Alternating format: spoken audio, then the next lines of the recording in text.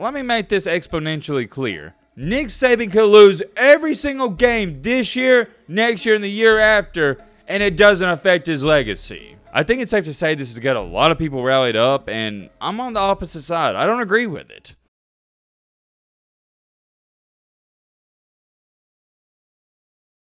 Man, oh man, the first day of the SEC Media Days on Monday, it did not lack interest to say the least. Jimbo Fisher is there. He's arguably the most polarizing head coach in the SEC, but we're not going to talk about Jimbo Fisher. Nobody else. We're going to talk about what an LSU running back had to say about Oklahoma and Texas. That really caught my attention, and I'm very curious. I want you guys to watch this video all the way through and let me know your thoughts on the situation and what he said down below. But also in tonight's late night video, we got to talk about Nick Saban and what ESPN said about him in Alabama. You know how ESPN has these broadcasters and commentators, they answer questions that these directors put out there? Well, somebody at ESPN wrote a question that stated, is Nick Saban's legacy on the line? And they asked Paul Finebaum. I saw the question on my ESPN app because I went to it to check a score or see when the NBA Summer League Championship game was tonight. I saw it, and I was like, wait a minute.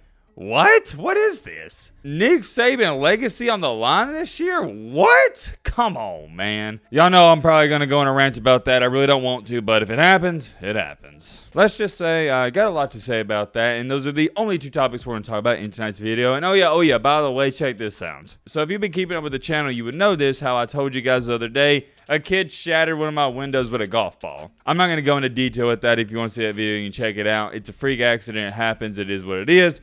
But guess what happened today this morning? I wake up and I'm like, dang, it's hot in my house. Yeah, my AC unit broke. Man, you can't make this stuff up. It goes back to that old saying. When things are bad, they get worse. But when things are good, they get better. And unfortunately, I guess I'm on the wrong side of that saying and quote because things are just getting worse for your boy Matt. At this point in time, I'm just expecting something else to break or something else to go wrong. But hey, who knows? It's really no big deal. I just thought it was funny. In life, I'm not a complainer. I'm a problem solver. So I got on that and I'm going to try to fix that soon as well. Y'all know what I like to say. It is what it is. I'm healthy. Those are just minor things. And a lot of people out there, they would love for that to be their biggest problem in life. No big deal, but I thought I'd give you an up-to-date on that, and I'll update you on the window in probably a week or two. All right, Matt, blah, blah, shut the crap up. Now, without further ado, let's get into it. All right, boys and girls, ladies and gentlemen, let's start out with this Nick Saban thing first. So, like I was saying in the intro, I opened up the ESPN app. I wanted to see when the Summer League Championship was tonight, and the first thing I see on the homepage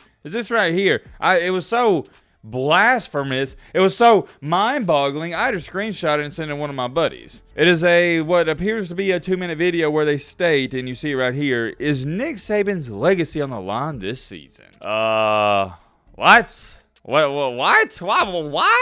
Nick Saban's legacy on the line? This is the greatest college football head coach of all time, and it's not even particularly close. Let me make this exponentially clear. Nick Saban could lose every single game this year, next year, and the year after, and it doesn't affect his legacy. He is the greatest of all time. If he never won a single football game from here on out, he'd still be the greatest of all time. Do y'all not understand that? Yet again, proves my point. ESPN's a joke and it's going downhill, but that's a different conversation for a different day. And also, they were asking Paul Finebaum this question, and I don't even know what he said to it because I didn't click on the video. There's no need for me to click on this video. Not watching it, and if you want me to be honest, I don't care what Paul Finebaum has to say. Never have, never will. And I know that some of you are probably sitting there saying, well, Matt, do you not like Paul Finebaum? Is there some personal vendetta against him? No, not really. I just don't care. I couldn't tell you if he knows his stuff or if he doesn't because I've never watched his show. The only time I've seen anything about him, and it is a reason I don't watch his show, it's short TikTok, or not TikTok, but Twitter video clips where people are just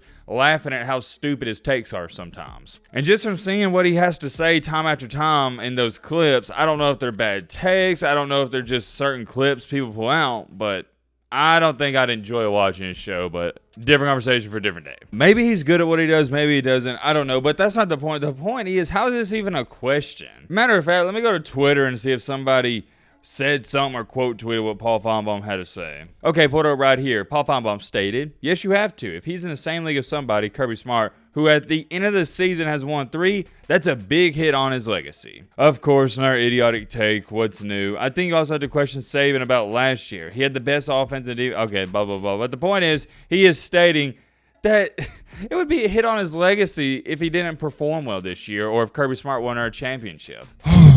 calm down, Matt. Calm down. I don't need to scream. I don't need to yell. It's not good for my health. I'm going to leave it at this. Just like I said a couple minutes ago, I don't care if Saban loses 36 games in a row over the next 3 years. Greatest of all time, and it doesn't affect his legacy. You want to know why it doesn't? I'll offer you a great example, perfect example. Same thing with Michael Jordan. Michael Jordan was an average basketball player for the Wizards in that last year or two, and it didn't affect his legacy. Nobody ever talks about that. It doesn't matter what you do in the last couple of years of your career if you're already established as the greatest of all time. It's a silly argument. People are going to remember Nick Saban for his Alabama teams from 2008 all the way up into our current date and time, 2022, 2023. Do what you please with that information, but we got to move on to the main top of the main encore, the main reason, or one of the main reasons you clicked onto this video. We got to check out what LSU's running back had to say about Texas and Oklahoma, the Sooners. I think it's safe to say this has got a lot of people rallied up, and I'm on the opposite side. I don't agree with it. Let's just get straight into it. LSU's running back Josh Williams stated, quote unquote, "I don't think they know what they're getting into," referring to Texas and Oklahoma. And to give you some more context, he's referring to them joining the SEC. Continuing along, the SEC is a beast, everybody knows, but I'm excited for them to actually get into the conference. But obviously what made headlines is this right here. I don't think they know what they're getting into. Oh, brother.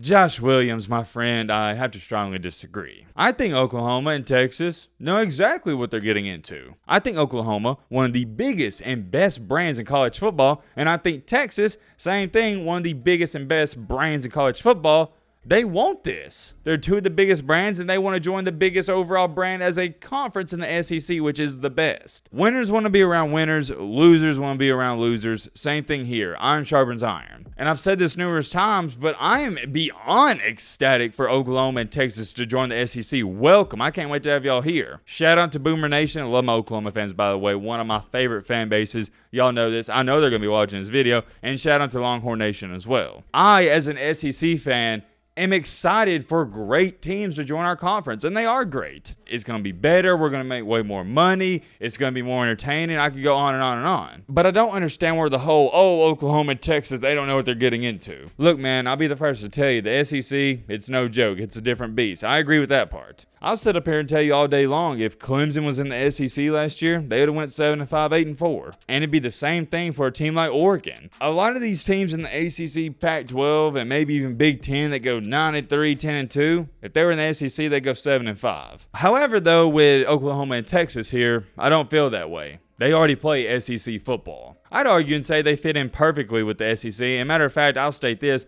I think they fit in right now at the SEC more than the Big 12. Why is that? Because they have 4- and 5-star recruits all over the board. Texas has SEC talent, and so does Oklahoma. I think Oklahoma and Texas, they're not even going to miss a stride or miss a step. They're going to come in and boom. It's going to be like nothing ever changed. And if you really want me to be a nerd and an analytical geek and break this down, Oklahoma and Texas, they have been extremely successful against the SEC.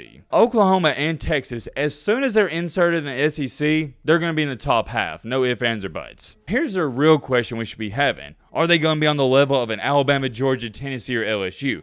That's the better question. That's the real argument, because I'll throw them in the top 7 right now, but can they be in the top 3, top 4? That's a better argument, but seriously, I don't see them struggling whatsoever. Maybe they will, but I don't see it happening. And when I say struggling, let me make this clear. I'm not referring to record and win-loss total and all that. I'm talking about from a football perspective, from a talent head-on-hand matchup for matchup. Texas and Oklahoma match up extremely well with SEC schools, and most teams can't do that. Now, whether they win or lose against these schools, that's a different conversation. I'm extremely curious. Let me know your thoughts down below about